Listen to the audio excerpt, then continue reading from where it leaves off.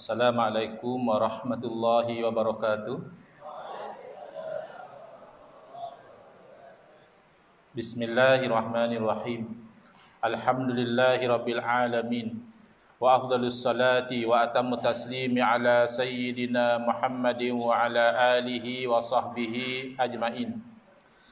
Rabbi shrah li sadri wa yassir li amri wahlul 'uqdatam min lisani yafqahu qawli. Subhanaka la ilma lana illa ma 'allamtana innaka antal alimul hakim. Allahumma akhrijna min zulumatil wahmi wa akrimna binuril fahmi waftah alaina bima'rifatil ilmi wa sahhil akhlaqana bil hilm waj'alna mimman yastami'una al-qawla fayattabi'una ahsana. Allahumma ati nufusana taqwaha wa zakkiha anta khairu man zakkaha anta waliyuha wa maulaha. Allahumma arinal haqqa haqqan warzuqna ittiba'ah wa arinal batila batilan warzuqna ijtinabah. Allahumma anfa'na bima 'allamtana wa 'allimna ma yanfa'una wa zidna ilman wa huda. Amma ba'd. Alhamdulillah, muslimin, muslimat, hadirin hadirat yang saya hormati, juga kepada anak-anak pelajar yang hadir dalam kuliah duha bulanan kita. Alhamdulillah, hari ini insya-Allah kita akan menyambung pengajian kita menggunakan kitab Kekeliruan Umat. Inilah jawapannya, susunan Al-Fadhil Ustaz Mahathir bin Haji Jul hafizahullah ta'ala wa nafa'ana bihi wa bi'ulumihi fid daraini amin. Kita sampai ke muka surat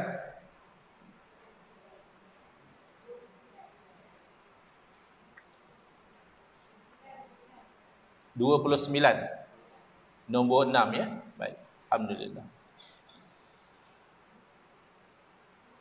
Baik, sebelum itu kita berdoa kepada Allah SWT, moga-moga Allah SWT merahmati dan memberkati kita, dan moga-moga Allah SWT memberikan kepada kita kefahaman yang baik di dalam urusan agama sesuai dengan sabda junjungan Nabi Muhammad sallallahu alaihi wasallam, man yuridillahu bihi khairan yufaqihu fid din. Barang siapa yang Allah nakkan dengan dia kebaikan, nescaya Allah beri dia faham dalam urusan agama. Dan moga-moga kita semua dikurniakan akhlak yang mulia sesuai dengan sabda Nabi sallallahu alaihi wasallam, innama bu'istu liutammima makarimal akhlak. Hanya saja aku itu dibangkitkan demi untuk menyempurnakan kemuliaan akhlak. Mungkin elok kalau saya ingatkan lagi sekali, terutamanya kepada anak-anak pelajar, untuk kita sama-sama menjaga adab-adab di dalam majlis ilmu, memilih cara duduk yang sesuai, sama ada seperti dalam tahiyat awal atau seperti duduk dalam tahiyat akhir ataupun duduk bersila ya. Kalau tidak ada keuzuran, elakkan dari seumpama melunjurkan kaki dan seumpama dengannya. Yang kedua, kita berikan sepenuh perhatian dengan tidak kita bersembang-sembang, bermain-main, berlawak jenaka dan sebagainya ketika majlis ilmu sedang berlangsung. Dan yang ketiga, kita hormati apa-apa yang menjadi wasilah, menjadi perantaraan antara kita dan juga ilmu, termasuk bukan sahaja manusia yang menyampaikan, yang kita panggil dia ustaz, syekh, kiai, maulana dan sebagainya. Bahkan benda yang tidak bernyawa seperti kitab yang kita gunakan atau buku yang kita gunakan untuk mencatat, kita hormati dengan tidak kita tindih dengan sesuatu ataupun kita letakkan di bahagian bawah ya, kita letak di atas rehal seperti ini, sudah elok. Dan jangan kita tindih dengan sesuatu ya, kerana sedia maklum, selain daripada ilmu, kitab-kitab agama ni ada tertulis ayat-ayat suci Al-Quran dan juga hadis-hadis Nabi sallallahu alaihi wasallam. Baik. Satu adab yang batin, iaitu kita sama-sama ikhlaskan niat kita itu untuk mendapat ridha daripada Allah Subhanahu Wa Taala. Memang tidak dinafikan proses menuntut ilmu ni ada kalanya menyebabkan kita jadi penat, jadi mengantuk, jadi letih, jadi lenguh. Tetapi insya-Allah ada nilai yang tinggi sekiranya kita ikhlas kerana Allah Subhanahu Wa Taala. Sambungan di muka surat 29 ini untuk yang cetakan baru. Cetakan lama muka surat berapa? Itu cetakan baru juga. Lama muka surat berapa? Ya. 23. Baik. Jadi kita ni dalam rangka menerangkan terutamanya kepada saudara-saudara kita yang masih keliru dan juga berdegil menolak adanya bid'ah yang hasanah, perkara baharu yang baik. Bahkan ketika bulan Rabiul Awal ini macam-macam yang mereka kata kepada umat Islam yang menyambut Maulidur Rasul. Paling-paling tidak mereka kata benda ini tidak dilakukan oleh Nabi SAW dalam keadaan mereka gagal faham bahawa sesuatu perbuatan yang tidak dilakukan oleh Nabi SAW tidak automatik berarti perbuatan itu haram. Tidak. Itu kita akan perincikan dalam bab yang kedua nanti. Itu akan diperincikan insya-Allah. Tapi untuk buat masa ini kita nak memberitahu kepada mereka bahawa mengiktiraf bid'ah yang hasanah adalah sunnah.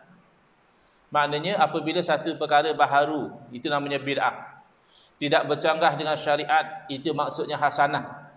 Maka Nabi SAW sendiri baginda mengiktiraf perkara-perkara baharu tersebut. Jadi kalau kita benar nak ikut sunnah Nabi SAW, kita akan ikut cara Nabi. Macam mana cara Nabi berdepan dengan perbuatan yang baharu? Nabi SAW akan menilai terlebih dahulu. Kalau perbuatan itu bercanggah dengan syarak, barulah Nabi larang, Nabi marah, Nabi tegur. Tetapi kalau perkara baharu itu, walaupun dalam urusan ibadah, mereka satu kayu ukur yang batil. Kononnya bid'ah yang baik ini hanya berlaku dalam urusan dunia. Tidak ada bid'ah yang baik dalam urusan agama. Ini memejamkan mata, membutakan mata kepada fakta-fakta yang berlaku di zaman Nabi sendiri, yang berlaku di zaman para sahabat sendiri. Mereka tidak pernah membahagikan kepada dunia boleh, agama maka haram, tidak. Kedua-duanya akan dinilai dengan neraca hukum. Inovasi dalam bidang dunia juga dinilai dengan neraca hukum, inovasi dalam bidang agama juga dinilai dengan neraca hukum. Kita sambung dengan contoh yang keenam, iaitu bagaimana seorang sahabat menjadikan surah Al-Fatihah sebagai ruqyah. Dalam braket dia letak jampi. Maksudnya di sini bukanlah jampi serapah yang mengarut-ngarut, yang ada elemen syirik, khurafat dan sebagainya. Bukan. Ruqyah di sini adalah berdoa untuk mendapatkan kesembuhan. Rasulullah SAW membenarkan perbuatan itu. Sedangkan ketika kejadian itu berlaku, tidak ada daripada Nabi SAW mengajar kalau orang sakit baca Fatihah. Tidak ada. Ini hanya inisiatif dari sahabat tersebut yang yakin bahawa dalam ayat-ayat Al-Quran itu ada keberkatan, ada kebaikan, ada kesembuhan. Sekarang ni kadang-kadang kalau kita baca satu ayat dengan niat ambil berkat daripada ayat tu, kata dia tak ada dalil. Sahabat ni juga tidak ada dalil pada masa itu. Tapi apabila berita itu sampai kepada Nabi SAW, Nabi membenarkan perbuatan itu dan bertanya, wa ma yudrika annaha ruqyatun. Bagaimana kamu tahu bahawa Fatihah itu adalah boleh dijadikan ruqyah, boleh dijadikan rawatan untuk menyembuhkan penyakit. Kisah yang berlaku, beberapa orang sahabat Nabi radhiyallahu anhum ajmain, mereka dalam perjalanan. Kemudian mereka keletihan dan kelaparan. Jadi satu budaya orang Arab yang bagus adalah mereka cukup menghormati tetamu. Kalau kita diterima sebagai tetamu, selain daripada makan, tidur kita ditanggung, bahkan orang Arab akan merasa tercabar kalau tetamu mereka itu diganggu. Katalah tetamu itu ada kes dengan satu kumpulan kabilah lain.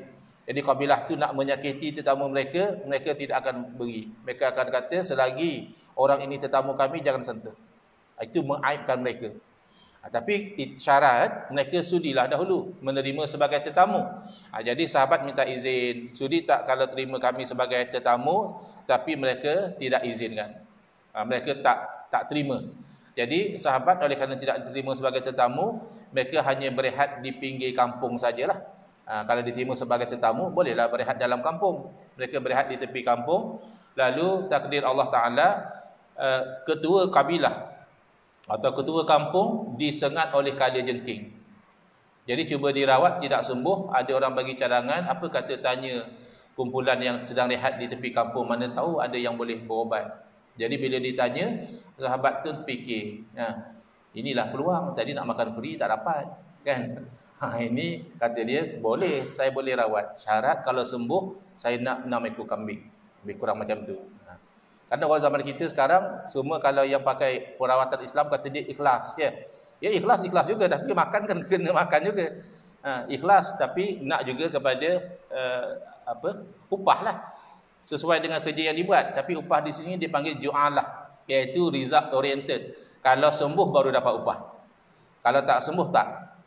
Selalunya kita dalam bentuk lain. Kita dalam bentuk fee atas kerja. Macam kita pergi ke klinik, doktor dah spend time check kita, suggest ubat pada kita, ya kita kena bayar. Sembuh tak sembuh tak penting. Yang penting dia dah beriman. Tapi di sini tidak. Di sini perjanjiannya dalam bentuk kontrak, dipanggil ju'alah. Ya, yang selalu kita itu adalah effort oriented. Ada usaha dapat bayaran. Di sini adalah result oriented. Ada hasil baru dapat bayaran. Kalau tak sembuh tak dapat. Lalu yang dilakukan oleh sahabat tadi adalah beliau membaca surah Al-Fatihah dengan izin Allah Ta'ala. Elok pula ketua kampung tu sihat daripada kena sengat tadi. Boleh bangun, boleh berjalan macam biasa. Jadi dapatlah mereka tu upah kambing. Jadi fikir-fikir nak makan, ada sahabat tanya ataupun bagi cadangan, elok kalau kita tanya Rasulullah dahulu, boleh ke buat macam ini? Ini baru sikap yang betul ya. Nak buat satu perkara, tanya dulu. Orang kita zaman sekarang dah buat baru tanya ustaz. Ustaz, macam mana ya kalau kita masuk satu skim, kita bayar sekian ringgit, lepas tu kita cari 3 orang, seorang kita cari kita dapat sekian ringgit, baca macam ni. Boleh ke macam tu ustaz? Ustaz kata macam tu tak boleh, tu money game. Itu bukan berniaga, itu tipu duit orang tu. Ya ke ustaz? Saya dah 6 bulan join. La ilaha illallah. Dah join baru tanya. Patut 6 bulan lepas lah tanya sebelum join. Saya pastikan dahulu benda itu syariah compliant. Benda itu patuh syariah. Jadi sahabat nak tanya pada Nabi SAW terlebih dahulu. Itu yang Nabi tanya. Bila Nabi dengar cerita tu, Nabi hanya senyum. Nabi tanya, wa ma yudrika annaha ruqyah. Macam mana kamu tahu Fatihah itu adalah ruqyah dan tanda benda itu adalah patuh syariah? Nabi siap pesan pada sahabat, jangan lupa bahagian kambing saya tu. Kan? Nanti kalau dah sembelih dah masak, jangan lupa bahagian saya, menunjukkan bahawa perbuatan itu patuh syariah. Kerana Nabi SAW tidak akan makan sesuatu yang haram. Baik. Yang ketujuh, kedudukan imam dan makmum dalam salat berjemaah ya. Asalnya imam makmum sama saja, satu level, tetapi sepupu Nabi SAW yang masih berusia muda, masih kanak-kanak, iaitu Sayyiduna Abdullah bin Abbas radhiyallahu anhuma. Beliau yang pertama mempraktikkan keadaan dalam masa solat berjamaah, imam berada di hadapan makmum dan makmum berada di belakang imam. Ya, asalnya makmum selari dengan imam. Tapi Sayyidina Abdullah bin Abbas undur ke belakang. Lalu bila ditanya oleh Nabi SAW, beliau menerangkan rasionalnya, sepatutnya makmum itu berada di belakang. Jadi Nabi SAW melihat perkara itu baik dan baginda mendoakan kebaikan buat Sayyidina Abdullah bin Abbas. Moga-moga Allah berikan beliau kefahaman yang baik dalam urusan agama dan ajar kepada beliau at-ta'wil, yakni tafsir Al-Quran.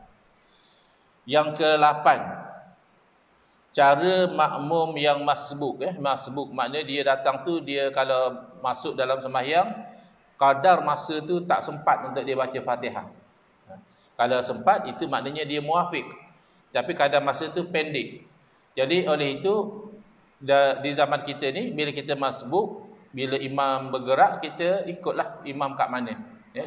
Katalah, imam dah dalam keadaan sujud. Ya, kita pun datang, Allahu Akbar, kita terus sujud je. Tapi dahulu tidak. Dahulu, di zaman Nabi SAW, orang yang masbuk dia akan tunggu isyarat daripada orang yang tidak masbuk.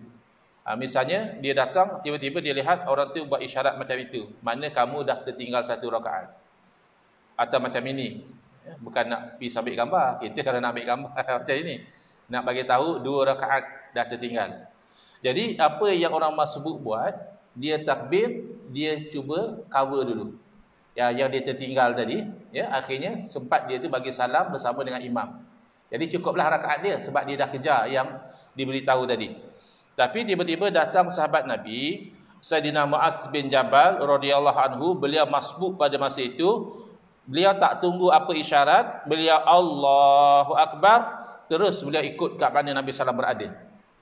Bila Nabi SAW bagi salam, beliau tahulah berapa beliau tertinggal. Kan, misalnya bila daripada sembahyang Zuhur, bila sempat dengan Rasulullah SAW 2 rakaat, automatik beliau faham 2 rakaat tertinggal. Lalu lepas bagi salam, beliau bangkit dan sempurnakan lagi rakaat yang tertinggal. Lalu Nabi SAW memuji dengan sabda baginda, sanna lakum Muaz.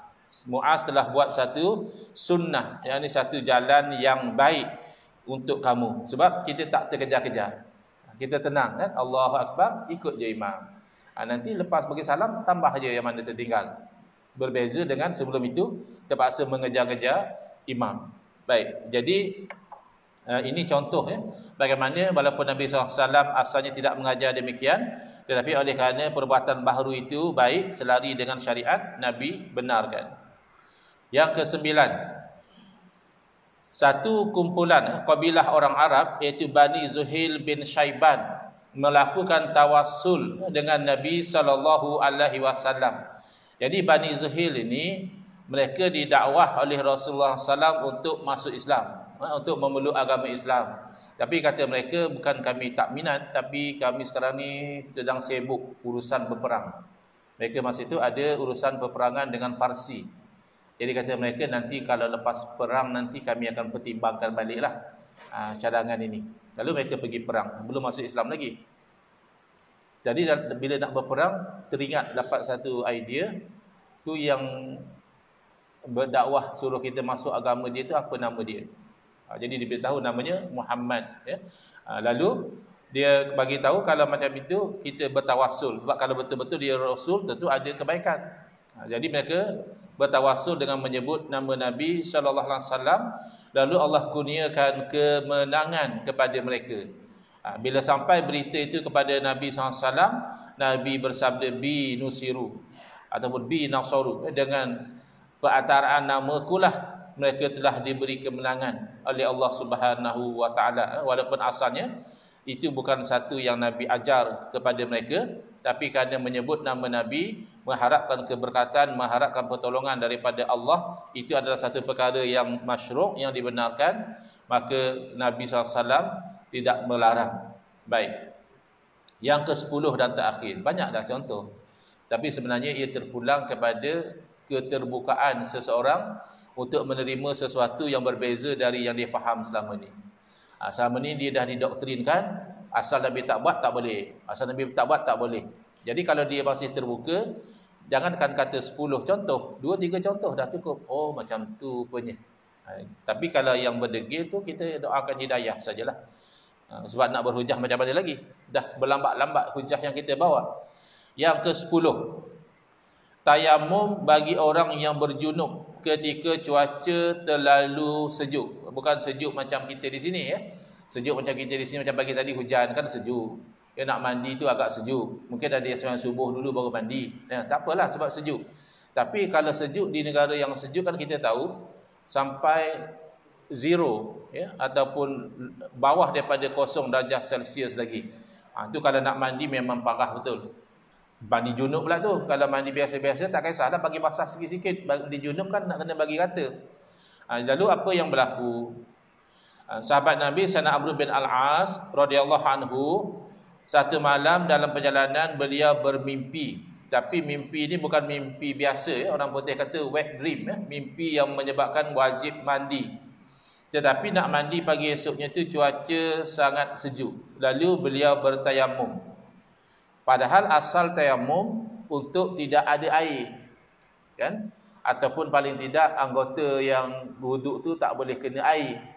Ni air ada, anggota okey, elok, tinggal lagi sejuk sangat. Tapi tidak ada pun anjuran ajaran daripada Nabi SAW. Beliau beristihad, beliau tayamum, lalu jadi imam lagi. Solat subuh pagi tu dah lah tak mandi, hanya tayamum saja, jadi imam lagi. Akhirnya sampai berita itu kepada Nabi SAW. Macam mana sampai? Wallahu alam. Adalah sahabat yang cerita. Zaman kita sekejap je sampai, masuk dalam grup WhatsApp. Korang imam tadi semayang tak mandi junub. Mana kita ni? Kan? Tak masuk dalam grup WhatsApp. Tapi zaman Nabi SAW, walaupun tidak ada WhatsApp, berita sampai. Lalu Nabi SAW tanya, apa cerita? Dengarnya kamu jadi imam semayang subuh, tak mandi wajib, hanya tayamum. Lalu Sana Amr bin Al-As, beliau menjawab dengan membaca ayat Al-Quran. Wala taqtulu anfusakum innallaha kana bikum rahima. Maksud ayat ini, dan janganlah kamu bunuh diri kamu sendiri.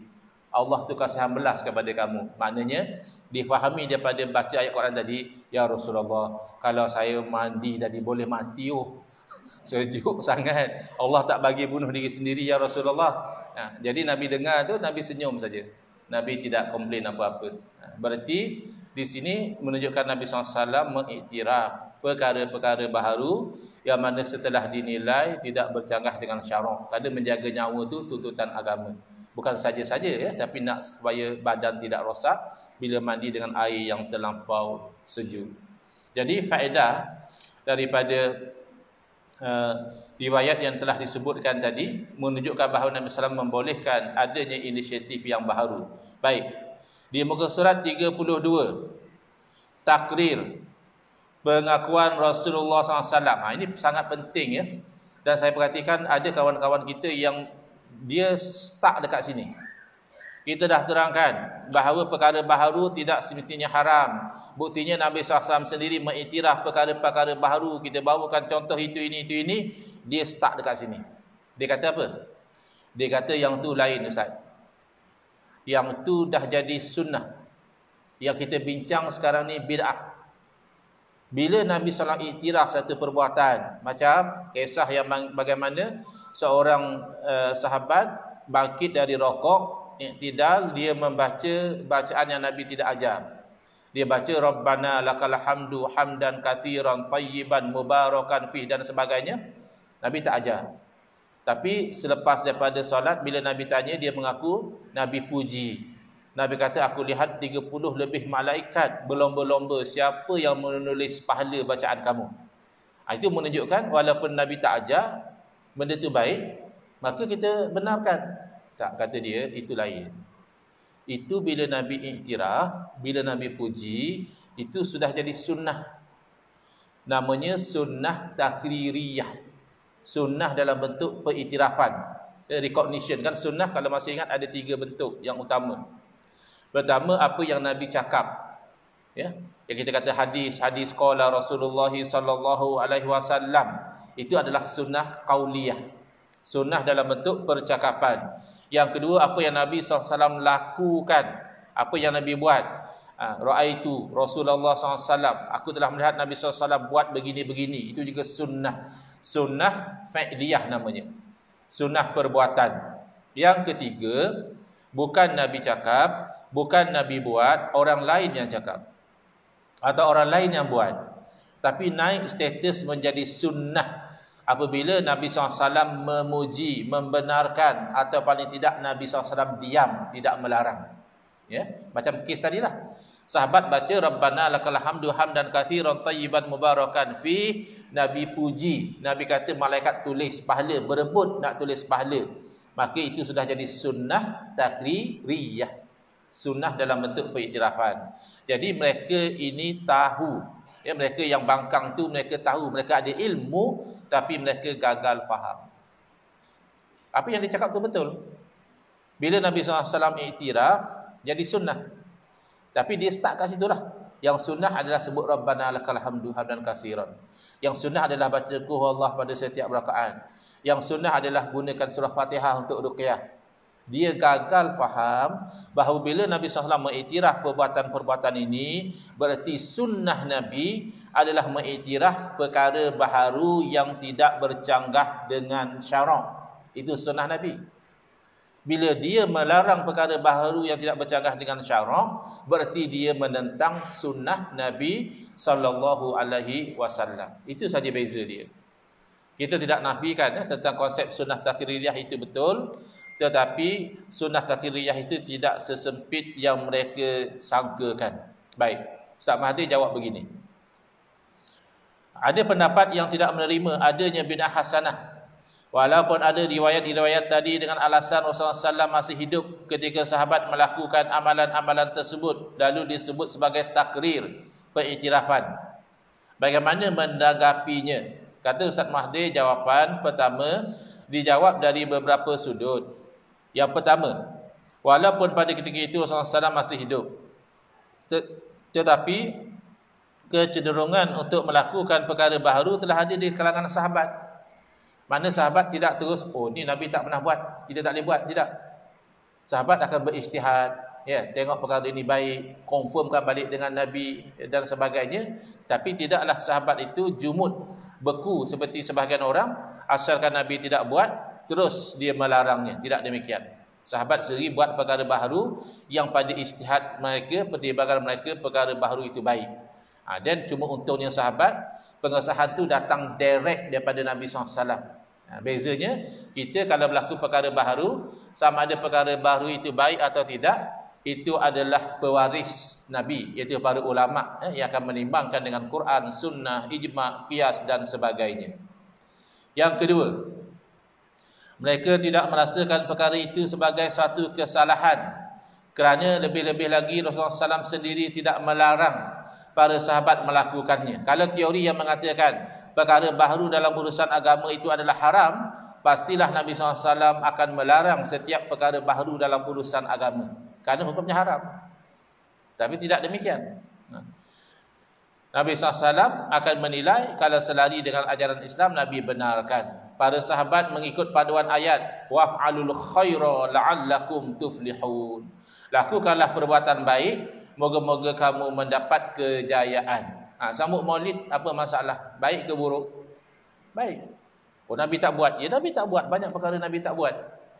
Melarang perkara baik pun yang paling penting Nabi tak buat. Kamu awal-awal dah lawan cara Nabi. Nabi sendiri tidak melarang satu perkara semata-mata kerana baharu. Nabi SAW melarang satu perkara kerana perkara baharu itu bercanggah dengan syarak. Di sini ada buat sambutan Maulidul Rasul. Ada buat apa ya? Sambutan apa? Ya? Oh, belum lagi. Atur caranya? Boleh tahu? Tausiah daripada Habib Ali Zainal Abidin, Ali Mahdi, Habib Mahdi. Jadi acara pertama tausiah daripada Habib Mahdi. Habib Mahdi dah banyak bagi tausiah. Dia bagi tausiah, ada suruh ajak orang buat maksiat, suruh orang tinggal solat. Tausiah Habib Mahdi selalu kan suruh ikut sunnah, buat amalan yang baik, berakhlak mulia. Jadi ini perkara baik. Walaupun zaman Nabi tidak ada ceramah Maulidul Rasul. Selepas ceramah ada makan, ada jamuan makan. Jamuan makan baik ke tidak baik? Jamuan makan kan Nabi SAW yang suruh. Even kalau Nabi tak suruh pun, manusia secara tabi'inya tahu bahawa menjamu orang yang lapar tu baik. Sebab kita ni manusia, kita ada timbang rasa sesama manusia. Kalau kita lapar, kita ingin makan. Bila kita lihat orang lapar, kita ingin beri dia makan. Itu manusia yang baik. Sebab dia tahu, oh, lapar tu satu perkara yang menyakitkan. Jadi aku pernah lapar, orang ni lapar, aku nak bagi dia makan. Apatah lagi bila ada panduan daripada Nabi SAW. Nabi bersabda, afsus salam wa at'imut ta'am wa sallu bil-lail wan nasu niyam tadkhulul jannata bi salam. Atau kama qala SAW. Pertama, sebarkan salam. Yang kedua, jamulah makan. Yang ketiga, solat pada waktu malam ketika orang tidur, yakni solat tahajud, nescaya kamu masuk syurga dengan selamat. Jadi salah satu yang Nabi suruh adalah jamu makan. Ya, baik. Jamu makan mesti adakah kerana sesuatu sebab? Kan tak mesti. Jamu makan kerana naik pangkat boleh atau tidak? Boleh. Jamu makan kerana masuk rumah baru?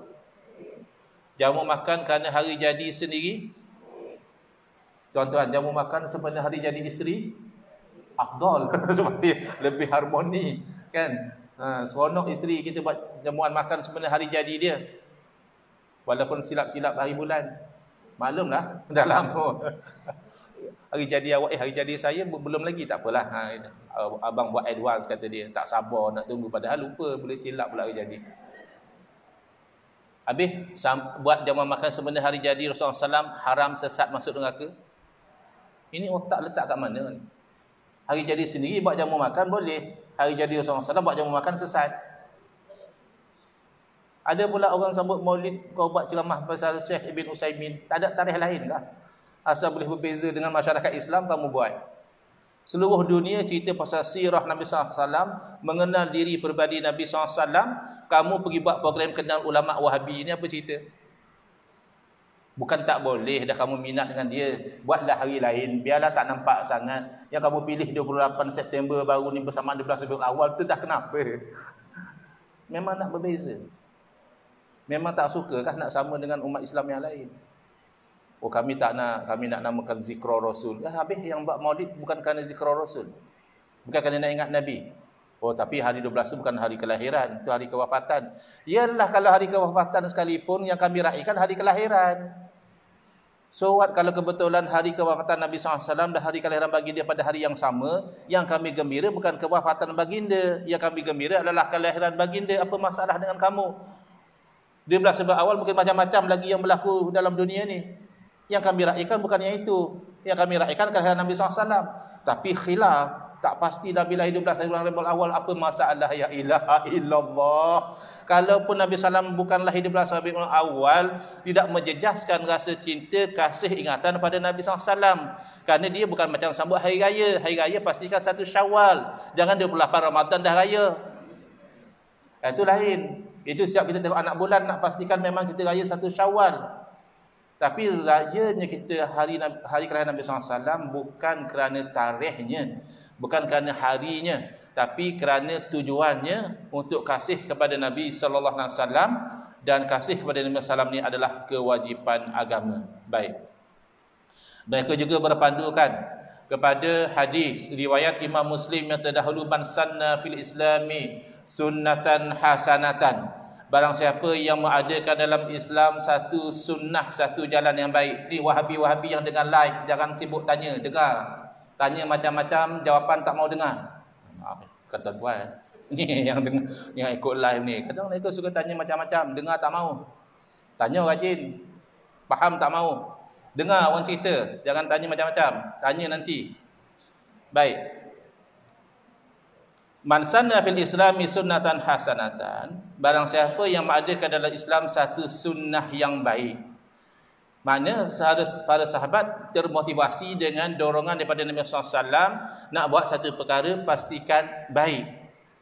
Tapi ini sunnah, bukan bid'ah. Sunnah maknanya sunnah Nabi. Tak. Sunnah dalam hadis ni sunnah dari segi bahasa, bermakna jalan. Kalau tidak percaya, kamu baca hadis ni sampai habis. Nabi juga bersabda, man sanna fil islami sunnatan sayyi'atan. Barang siapa yang mengadakan dalam Islam sunnah yang buruk. Adakah sunnah Nabi yang buruk? Tak ada. Berarti hadis ni bukan bercakap pasal sunnah Nabi. Hadis ni bercakap sunnah dari segi bahasa, iaitu jalan. Siapa yang mengadakan jalan yang baik dapat pahala dan pahala orang yang meniru. Siapa yang buat jalan yang buruk dapat dosa dan dosa orang yang meniru. Jadi kalau nak buat sesuatu program baru, pastikan betul-betul ini baik atau buruk. Sebab bimbang kalau buruk, dosanya juga berpanjangan. Sampai mati orang tiru, kita masih dapat dosa free. Nauzubillah. Kemudian, walaupun hadis tersebut asalnya dipanggil sababu wurud, ya, kalau Quran kita panggil sabab nuzul. Kenapa ayat ni turun? Kalau hadis biasa disebut sabab wurud. Kenapa hadis itu diucapkan oleh Nabi SAW adalah berkaitan tentang sedekah. Ya, Nabi SAW menggalakkan umat Islam pada masa itu bersedekah, masing-masing diam, tidak buat apa-apa. Satu orang datang bersedekah, yang lain tiru. Sampai penuh tempat sedekah itu dengan barang-barang sedekah. Jadi kata mereka, ini cerita tentang sedekah. Sedekah bukan bid'ah. Dia masih lagi gagal faham. Cara berinteraksi dengan nusus adalah al-ibratu bi umumil lafzi la bi khususis sabab. Kita ni mengambil kira dalam nas, baik nas Quran ataupun nas hadis adalah umumnya lafaz, bukan khususnya sebab. Sebab khusus tentang sedekah. Tapi lafaz umum, siapa saja yang buat jalan yang baik dapat pahala. Sama macam bila dalam Al-Quran Allah beri amaran kepada orang yang beriman dengan sebahagian kitab dan kufur dengan sebahagian yang lain. Orang macam ni dapat kehinaan di dunia dan azab yang pedih di akhirat. Ayat ni sebab nuzulnya apa? Adalah orang Yahudi. Adakah bererti kita orang Islam tak apa? Kita boleh beriman sebahagian, mana kita suka Quran kita ikut, mana kita tak suka kita tolak. Boleh ke? Tak boleh. Tak boleh kita bagi alasan, oh ayat tadi tak terpakai pada kita sebab ayat tadi turun cerita tentang orang Yahudi. Betul. Ayat khusus sebabnya tentang orang Yahudi, tapi ayatnya umum. Siapa saja yang buat perangai macam itu, beriman dengan sebahagian dan kufur dengan sebahagian, dia akan hina di dunia dan akan azab yang pedih di akhirat. Jadi tolong alhamdulillah lah kita adu-adukan kawan-kawan Wahabi ikut juga live kita, tapi tolong buka fikiran untuk faham. Orang Kedah kata jangan duk ketegak hak hang seorang je betul. Jangan. Buka fikiran, kerana benda yang saya sampaikan ni bukan saya reka-reka sendiri, ini pegangan para alim ulama semenjak daripada zaman salaf, semenjak daripada zaman Al-Imam Asy-Syafi'i rahimahullah taala. Lagi Imam Syafi'i dengan jelas membahagikan bid'ah kepada dua, mengikut kepada selari atau bercanggah dengan ajaran Nabi sallallahu alaihi wasallam. Imam Syafi'i tidak pernah bagi bid'ah dunia boleh, agama saja haram, tidak ada. Imam Syafi'i salah. Baik, selesai. Seterusnya kita pergi kepada poin yang ke-10, bahawa para sahabat juga melakukan perkara baru yang tidak pernah dibuat atau disuruh oleh Rasulullah SAW selepas kewafatan Nabi SAW. Ini untuk bagi clear syubhat yang bermain dalam fikiran mereka. Mereka fikir tu contoh yang Ustaz bagi semua tu berlaku masa Nabi hidup, tak apalah. Nabi boleh cakap ini okey ke tak okey. Kalau Nabi dah wafat dah tak boleh lagi. Oh, mana kamu ni lebih pandai pada sahabat lah. Ya, yang mengaji dengan Nabi sahabat, yang lihat Nabi sahabat, ya, yang bercakap dengan Nabi sahabat. Tiba-tiba kamu lebih faham daripada sahabat. Ini kalau bahasa kasar itu dikata musibat. Musibah lah. Musibat tu jamak pada musibah. Masaib. Musibah lah kalau macam tu. Kalau kamu dah mula rasa kamu lebih faham agama berbanding dengan murid-murid Nabi SAW, itu musibah yang besar. Baik. Sahabat Nabi sendiri buat perkara baharu selepas kewafatan Nabi SAW dengan syarat setelah mereka timbang dan mereka ijtihad, mereka dapati perkara baharu itu baik selari dengan syarak.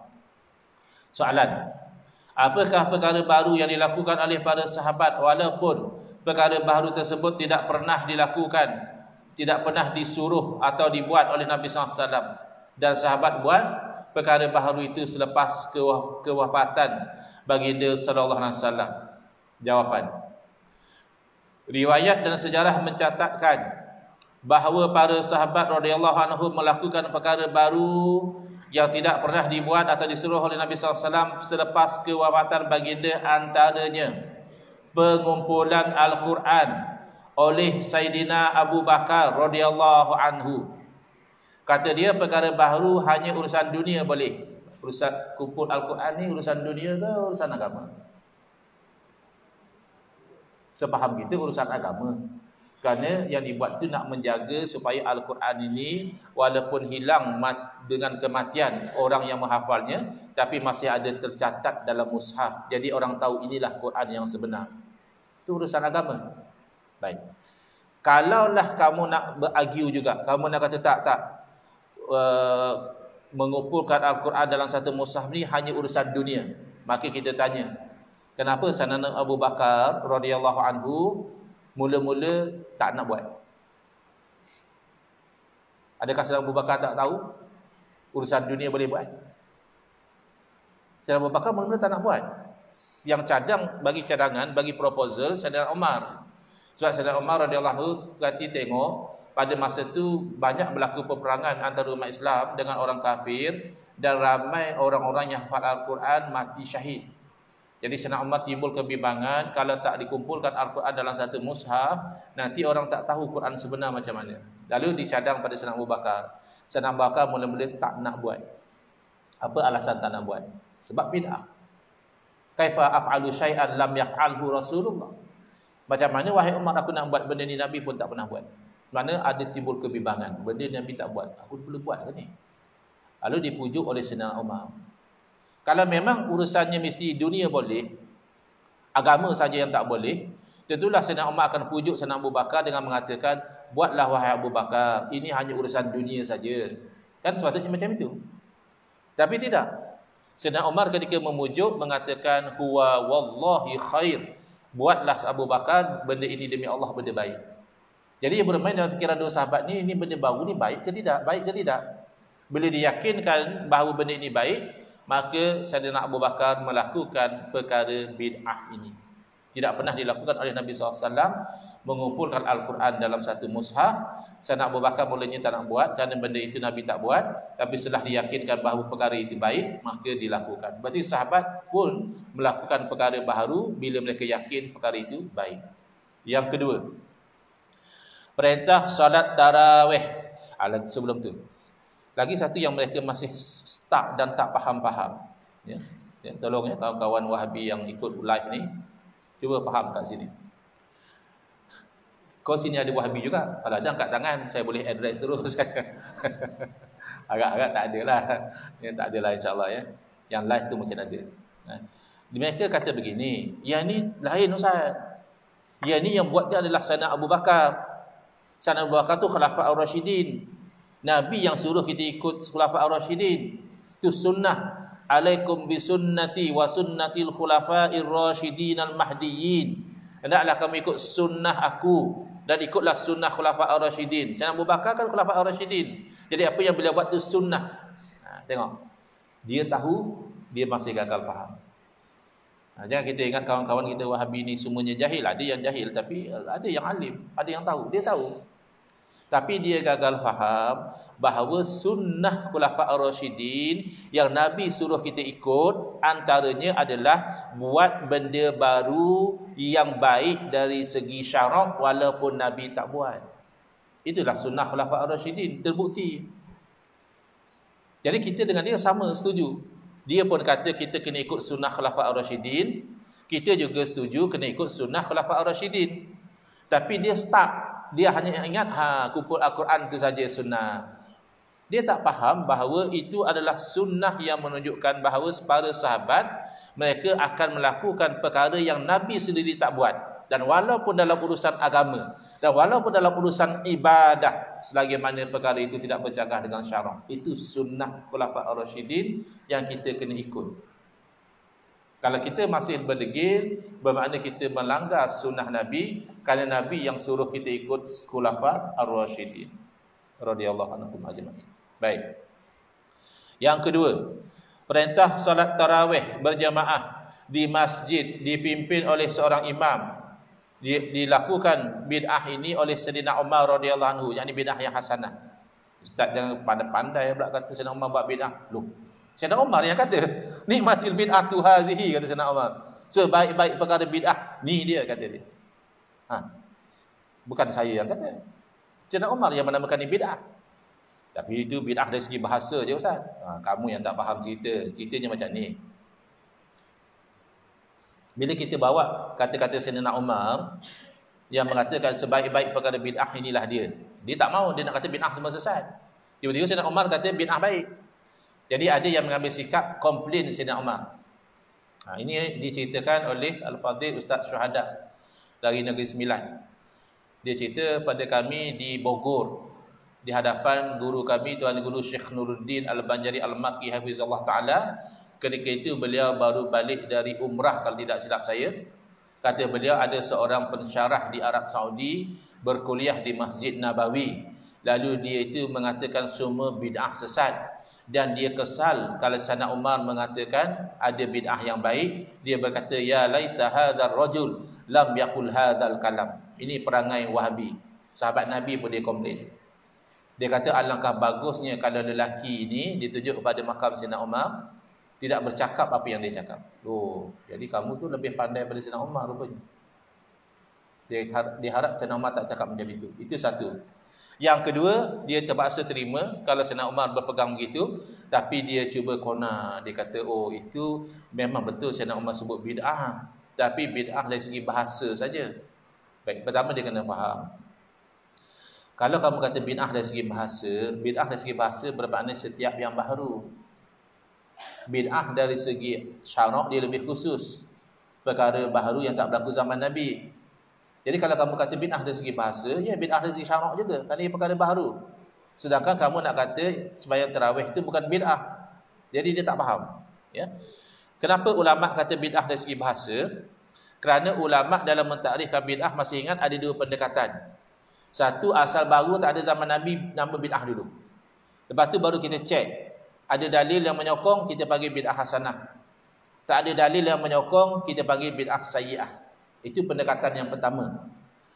Pendekatan yang kedua, dia cek dulu.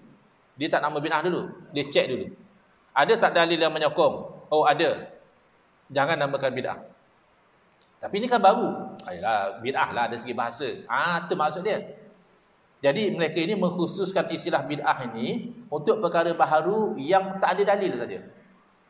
Perkara baru ni cek-cek tak ada dalil yang sokong benda baru macam ni. Ni bid'ah lah ni. Ada perkara baru juga, cek-cek disokong oleh dalil. Yang ni jangan namakan bid'ah. Jadi kalau orang tanya, tapi kan baru. Ya, dari segi bahasa bid'ah. Tapi dari segi istilah bid'ah ni hanya yang tak ada dalil. Itu maksud dari segi bahasa. Jadi tetap tidak menafikan konsep bahawa perkara baharu yang tidak bercanggah dengan syarak itu dilakukan oleh para sahabat. Tarawih bukan barulah Ustaz. Tarawih zaman Nabi dah ada. Itulah kamu tak faham. Bila orang cerita kamu tak nak faham. Tarawih itu tidak baru. Tapi suruh orang sembahyang berjemaah tarawih itu yang baru. Sebab yang berlaku di zaman Nabi SAW, sembahyang qiyam Ramadan ni, atau dikenali juga sebagai solat tarawih ni, Nabi tidak anjurkan berjemaah pun. Nabi hanya buat sendiri saja. Tapi bila Nabi buat di masjid, sahabat ni minat nak buat kebaikan, mereka ikut. Jadi makmum. Masuk malam yang kedua, lagi ramai yang ikut. Masuk malam yang ketiga atau malam yang keempat, Nabi SAW sudah tidak keluar lagi ke masjid. Mana lepas salat isyak dan sebagainya, Nabi masuk, tak keluar dah. Sahabat tunggu. Sebab 2-3 malam lepas, Nabi keluar. Tunggu sampai pagi, Nabi tak keluar.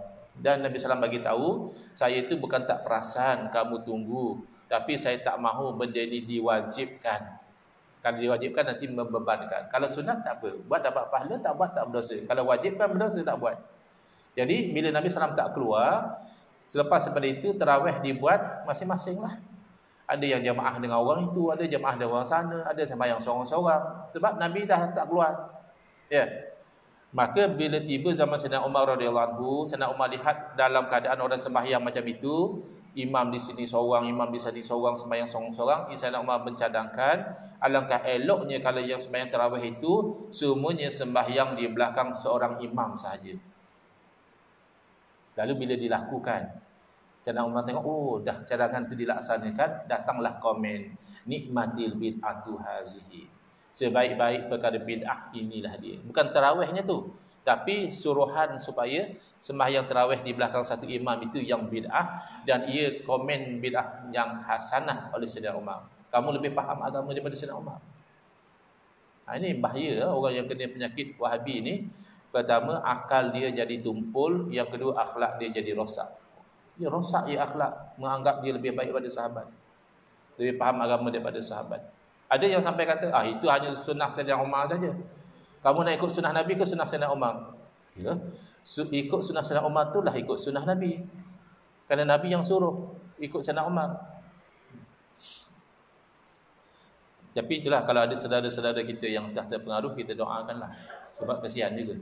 Semalam baru masuk mesej dalam Facebook saya. Asalnya dia tanya, nak dapatkan mana Ustaz kitab Kekeluaran Umat ni? Mungkin dia follow-follow tu dia tertarik. Jadi saya cakap boleh dapatkan daripada penerbit, iaitu Galeri Ilmu. Saya bagi link. Ataupun kat Shopee ada jual, saya cakap. So cari satu link, saya share dekat dia. Dia kata, sebenarnya Ustaz, saya dah 5 tahun jadi Wahabi. Dan saya asyik bergaduh dengan isteri saya di Ahli Sunnah. Dia tak kata Ahli Sunnah lah, dia kata ASWJ. Isteri saya ASWJ. Ya. Dia Wahabi, bergaduh. Tapi tak adalah bercerai, bergaduh je. Mungkinlah isteri dia nak begini, tak payahlah bid'ah kata dia. Ya, itu ini bergaduh. Tapi akhirnya dia kata setelah saya pertimbangkan, saya meninggalkan ajaran Wahabi yang memang sesat kata dia. Jadi saya kata masya-Allah tabarakallah. Sebab saya kata tak selalu orang dapat tinggalkan. Tak selalu orang yang terpengaruh dengan fahaman Wahabi dia ada kesedaran dan kekuatan untuk kembali pada Ahli Sunnah, itu tidak selalu.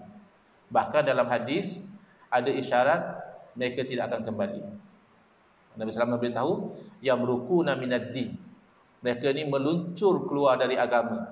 Kama yamrukus sahmu minar ramiyah. Sebagaimana keluarnya anak panah daripada busur dia. Dan kemudian summala ya'udun. Lepas tu mereka tidak akan kembali, sehinggalah kalau anak panah tu kembali ke semula. Jadi anak panah kembali itu jarang-jarang. Kalau kan dalam peperangan bila dah dipanah, teruslah ke situ. Jarang-jarang ambil balik, simpan. Jadi alhamdulillah dia termasuk yang dia kata dia berubah.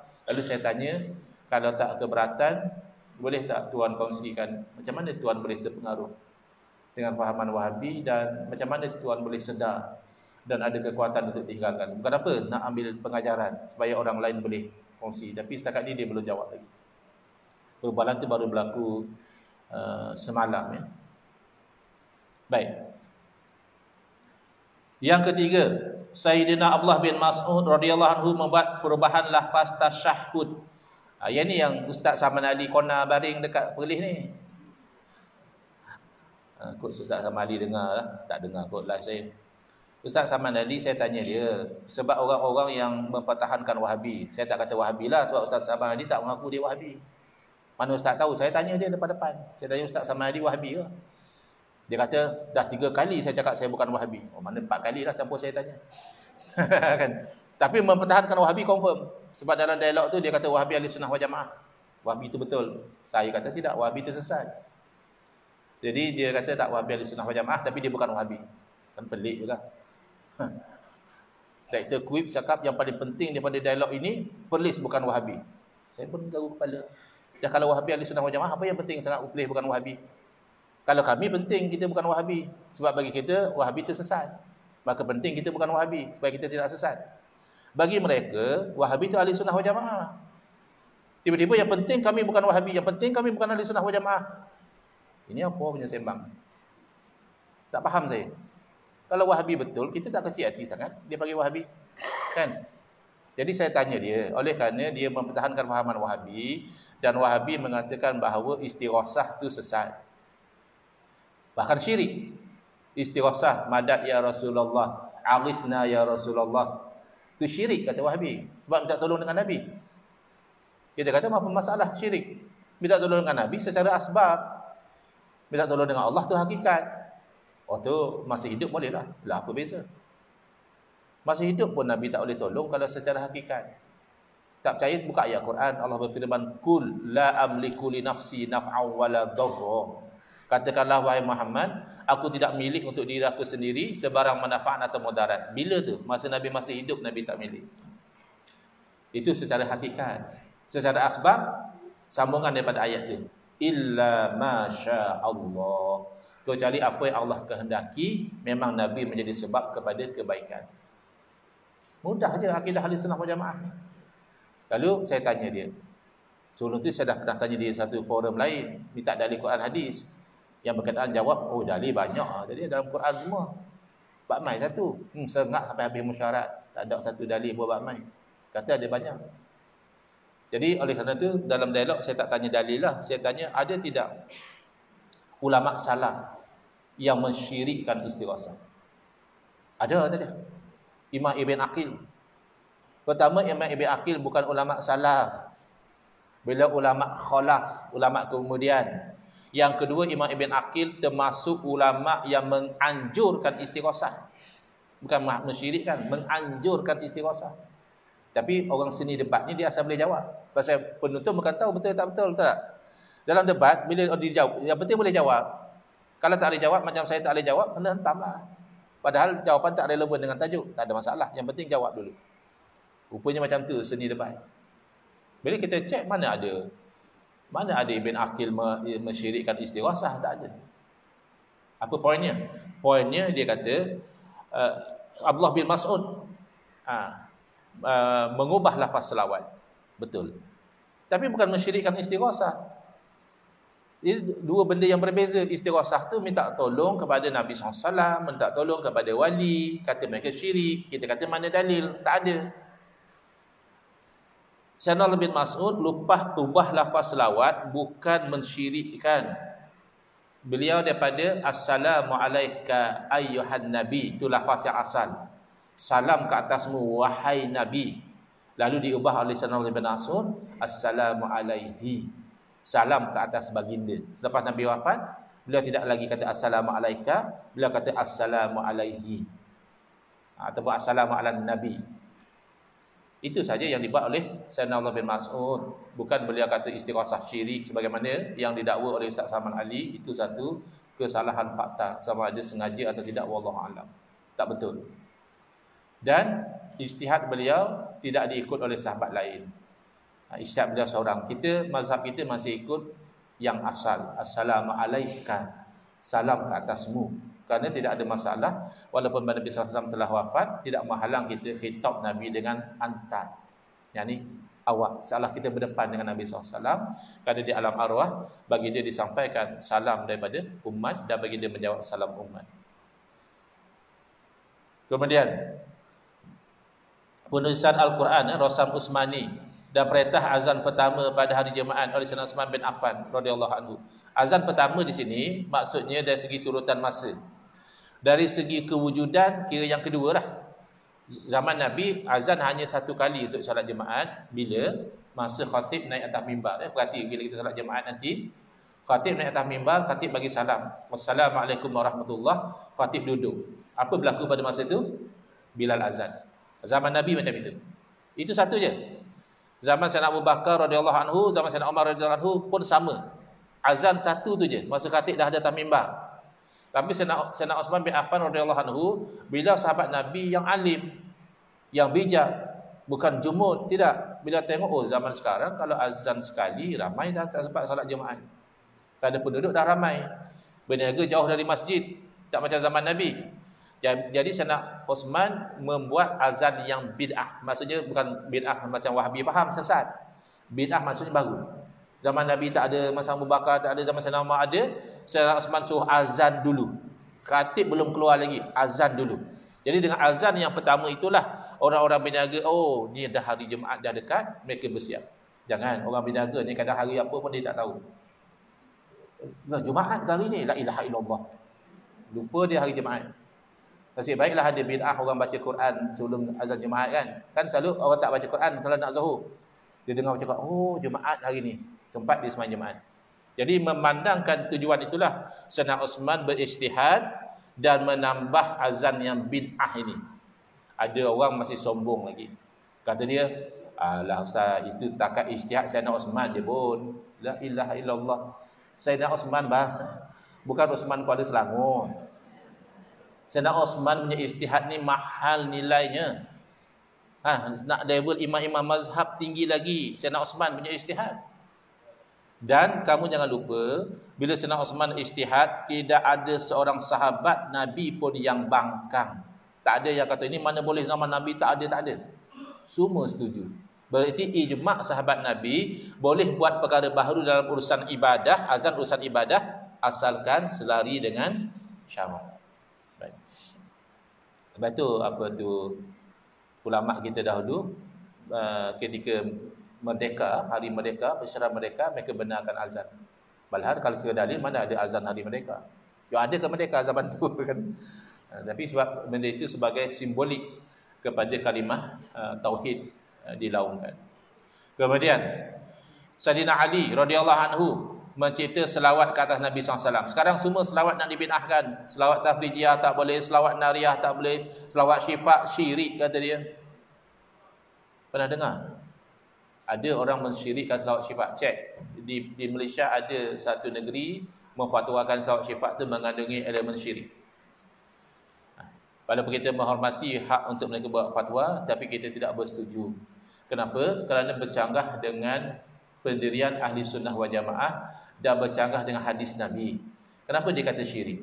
Sebab dalam selawat itu kita mengatakan Allahumma salli ala Sayyidina Muhammadin tibbil qulubi wa dawaiha wa afiatil abdani wa shifaiha wa nuril absari wa diyaiha wa ala alihi wa sahbihi wa barik wa sallim.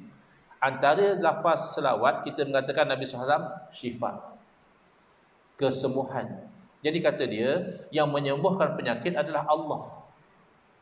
Jadi kalau kita kata Nabi juga sembuhkan penyakit, berarti kita mensyirikkan Allah dengan Nabi. Bab dia kata yang menyembuhkan penyakit adalah Allah, itu betul. Tapi bab dia mengatakan kalau kita kata Nabi SAW adalah satu kesembuhan buat penyakit, adalah syirik, itu tak betul. Kerana Nabi SAW sendiri bersabda, Al-habbatus sauda shifaun likulli da'in ila sam, atau kama qala sallam. Habbatus sauda kata Nabi adalah kesembuhan buat setiap penyakit kecuali mati. Kata ulama, setiap itu maksudnya kebanyakan. Ada juga penyakit yang tidak sesuai dengan habbatus sauda. Yang penting kan Nabi SAW katakan habbatus sauda itu adalah kesembuhan.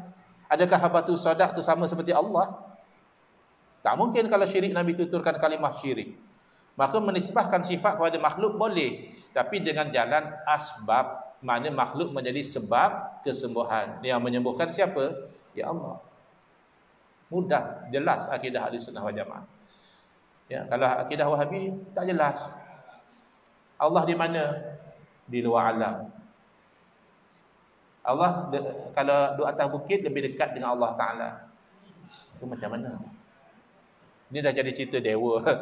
Cerita apa? Cerita yang Jepun tu, kartun Jepun tu. Goku. Apa? Saya pun tak ingat. Kemudian Sayyidina Abdullah bin Umar radhiyallahu anhuma menambah lafaz tasyahud dan lain-lain. Berarti daripada contoh-contoh ini, para sahabat radhiyallahu anhum ajma'in yang Nabi SAW menyuruh kita itu berpandu kepada mereka. Mereka juga buat perkara baharu selepas Nabi wafat. Setelah mereka melihat perkara baharu itu selari dengan syarak. Maka itulah cara kita. Itulah cara Nabi, itulah cara sahabat, dan itulah cara kita insya-Allah. Soalan terakhir ya. Macam mana kita tahu perkara itu baik sedangkan Nabi dah wafat? Pasal Nabi hidup ialah Nabi bagi tahu. Jawapannya adalah dengan merujuk kepada apa yang Nabi tinggalkan. Kan Nabi bagi tahu, taraktu fikum amrain. Aku tinggalkan kepada kamu dua perkara, lan tadillu abadama in tamassaktum bihima. Kamu tidak akan sesat selama-lama lagi kamu berpegang dengan duanya, itu Quran dan sunnah. Jadi perkara baharu akan ditimbang pada Quran dan sunnah. Quran dan sunnah juga menunjukkan pada ijma' dan qiyas. Bagi ini kerja para alim ulama. Berlaku saja perkara baharu, ulama akan menimbang selari atau bercanggah dengan syariat. Saya memadaikan setakat ini. InsyaAllah next ya, kita akan sambung terus ke muka surat 37, iaitu dari mana datangnya kaedah yang selalu diulang-ulang oleh mereka, lau kana khairan lasabaquna ilaihi. Yang pendapat Imam Abu Hasanat dan seterusnya itu tuan-puan boleh baca sendiri ya, ia agak mudah ya, kesimpulan saja. Ada sebarang soalan, kalau saya mampu jawab silakan. Silakan. Waalaikumsalam warahmatullahi wabarakatuh.